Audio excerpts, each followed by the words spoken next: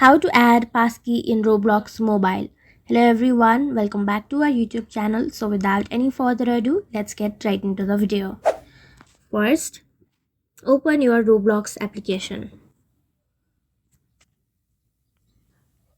Then tap on the more icon, scroll down, go to settings, go to account info.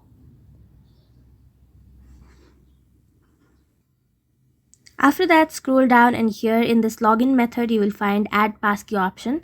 Tap on continue.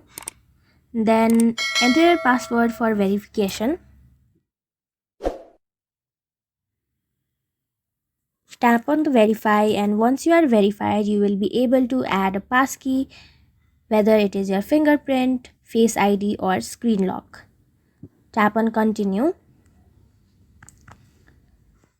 and then you can use your screen lock, whatever the method is, whether it is your fingerprint or your pin, it will be added. So that's it.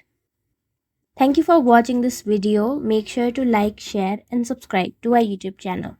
If you got any questions, comment them down and I'll catch you in the next one.